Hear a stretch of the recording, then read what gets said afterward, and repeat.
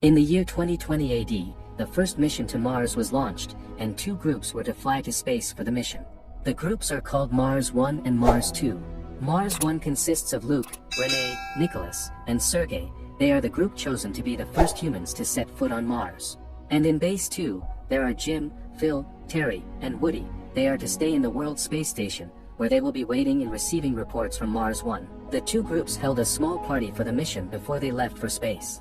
Luke's wife told him to comfort his son, who was sad because of his leaving, and Luke did. He promised his son that he would still read him to sleep once he came back. Jim arrived at the party, and Luke's wife welcomed him. When the night came, Luke, Woody, and Jim were chatting and laughing around until Jim mentioned her late wife, Maggie. When Woody left, Luke comforted Jim and reminded him that he was the one who'd always wanted to go to Mars. But after Maggie's death, Jim seemed to have given up his dream to go to Mars too. 13 months later, Mars 1 has arrived in Cydonia, Mars. The group was searching and observing everything around them when Renee detected some kind of volcanic upwelling on top of an odd geologic formation, something that looked like ice. But Nicholas stated that it was impossible to have ice at that latitude. Curious, the crew decided to go to the mountain where the volcanic upwelling is. They reported to the World Space Station and used the rover to go to the odd-looking mountain. They stepped out of the rover, confused about the sound they were hearing.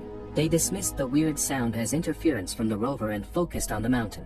Renee saw in the radar that there was a solid metal underneath it, which, according to Luke, didn't make any sense as Renee was reading a vein of ore. Luke decided to take a look for himself and realized that Renee was indeed telling the truth. As Luke was observing the mountain through the radar, it suddenly shut down, and even the weird sound disappeared. It was silent for a while, then suddenly a large sand vortex formed around the mountain. Nicholas and Sergey got sucked into the vortex and died, while the front of Renee's helmet got hit by a stone and she got exposed to the Martian atmosphere, killing her.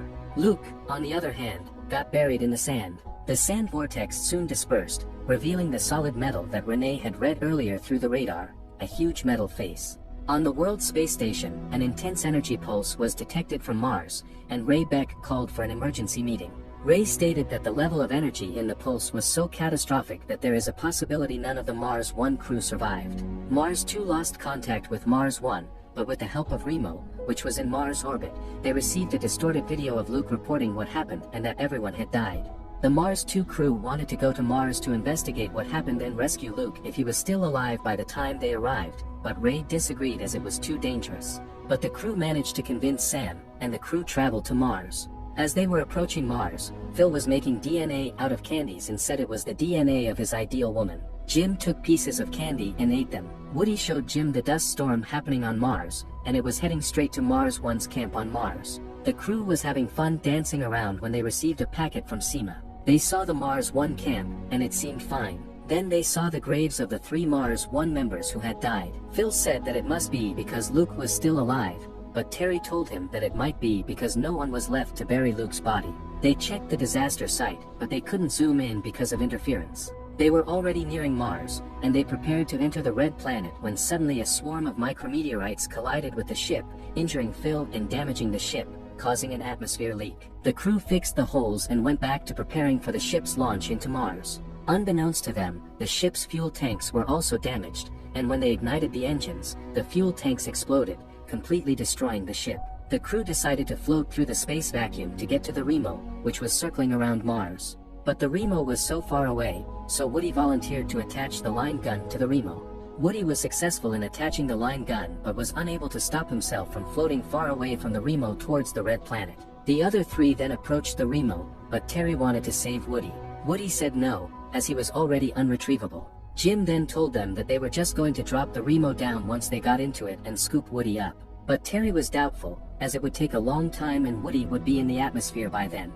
But they had no choice, either they get to the Remo first and try to save Woody with it, or they try to save Woody by themselves and die altogether. The 3 got to the Remo, but just as when they opened it, Terry floated towards Woody with the line gun. She tried to retrieve Woody using the line gun, but it didn't reach him, so she floated a little closer.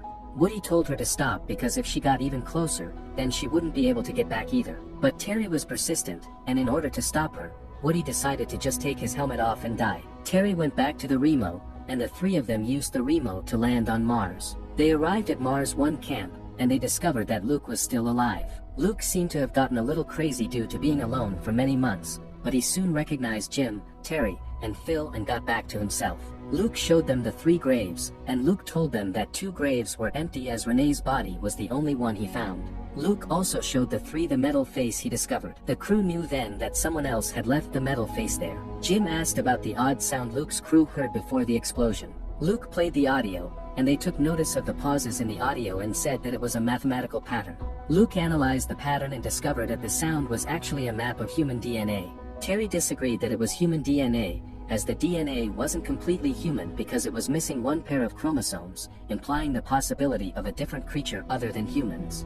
Later on, as the crew were preparing, Jim accidentally scattered candies around the floor, and when he looked down at them, he realized that the odd sound Luke heard wasn't a signature but a test from the face telling them to complete the chromosomes. Jim then suggested that we complete the test and send the completed signal to the face. The others disagreed as it was dangerous, but Jim told them that the others' deaths would have been in vain if they didn't try to get some answers from the face. They then dispatched a robot to approach the face and send a completed signal using it. When the metal face received the signal, the group saw a light coming from the metal face. It was an opening and an invitation for them to enter the huge metal face. Using the rover, Luke, Jim, and Terry went to the metal face, while Phil stayed in the spacecraft. Jim told Phil that if they don't get back in time, then Phil should launch the spacecraft without them. The 3 then entered the metal face and were met with nothing but whiteness. The opening that they entered through closed, and they lost contact with Phil. Jim saw that there was pressure in the room and cautiously took off his glove. Seeing this, Terry and Luke tried to stop him but were shocked into silence when nothing happened to Jim. They were confused as they were above Mars' atmosphere,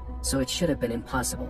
Terry also read that there are 12 psi in the room, nitrogen and oxygen. They were astonished. It seems that nothing is impossible inside the metal face. When they took their helmets off, another room opened up, but unlike the whiteness of the first room, the second room was pitch black. They entered the black room and were in awe when they saw a true realistic projection of the solar system. Then the planet Mars took their attention. It looked different from its current state and instead looked exactly like the Earth. Then they got startled when suddenly a planet-killer asteroid hit Mars, destroying the whole planet and turning it into the red planet. The 3 then felt a presence behind them, and when they turned back, they saw a humanoid approaching. The humanoid cried as it looked at the planet Mars.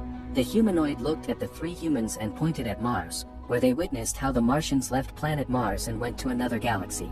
But one stayed behind. The 3 of them looked at the humanoid, who showed them how the last ship flew to Earth and turned into creatures, which then kept evolving until humans finally came to existence, and that explained how life suddenly existed on Earth hundreds of million years ago. The humanoids reached out to them, and all of them held hands. The 3 of them then realized that the Martians seeded the Earth, and humans started because of them. Humans are the Martians, and the Martians are the humans, as Jim said. A round platform suddenly appeared in front of them, and Jim looked at the humanoid who was staring at him. The humanoid then vanished, happy after finally showing them the truth about life, Mars, and Earth. Meanwhile, the storm outside is getting really bad, and Phil was trying to contact them. Jim looked around, realizing that the face was actually a ship. Luke and Terry moved to leave the ship, but Jim stayed behind. He didn't want to go with them. Terry told him that they had to go home, and Jim agreed. He was also going home, but that home isn't the Earth for him. He wanted to follow the Martians wherever they went. Jim said that the whole reason they were there wasn't just because the Martians wanted to show them the truth, but also to invite them to their home. And Jim wanted to go, and he was born for this. Tearing up, Terry and Luke accepted his decision, and they bid their farewells. As Terry and Luke left the face ship, Jim stepped inside the white platform, and it closed around him. Terry and Luke drove the rover through the storm, trying to contact Phil. Meanwhile, Phil was hesitating to launch the ship without the others. He kept on calling their names in hopes that they would answer, so when he heard Terry and Luke's voices, he was so relieved that he joked about him already leaving without them. Back to Jim. The ship filled with water, and Jim felt anxious as the water engulfed him. But when he breathed out, he realized that he could actually breathe under the water. Terry, Luke, and Phil's ships safely got out of Mars, while Jim's was still on the planet. Jim, on the other hand, was remembering all the good things that happened to him on Earth. He thought of his friends and his late wife. And while he would miss his life back on Earth, he also knew right then and there that he had made the right decision by following where his heart was leading him. Terry, Luke, and Phil saw Jim's ship leaving Mars and flying to another galaxy. They smiled as they wished him good luck before leaving. The 2 ships flew away, one headed back home to Earth, and the other headed to the unknown.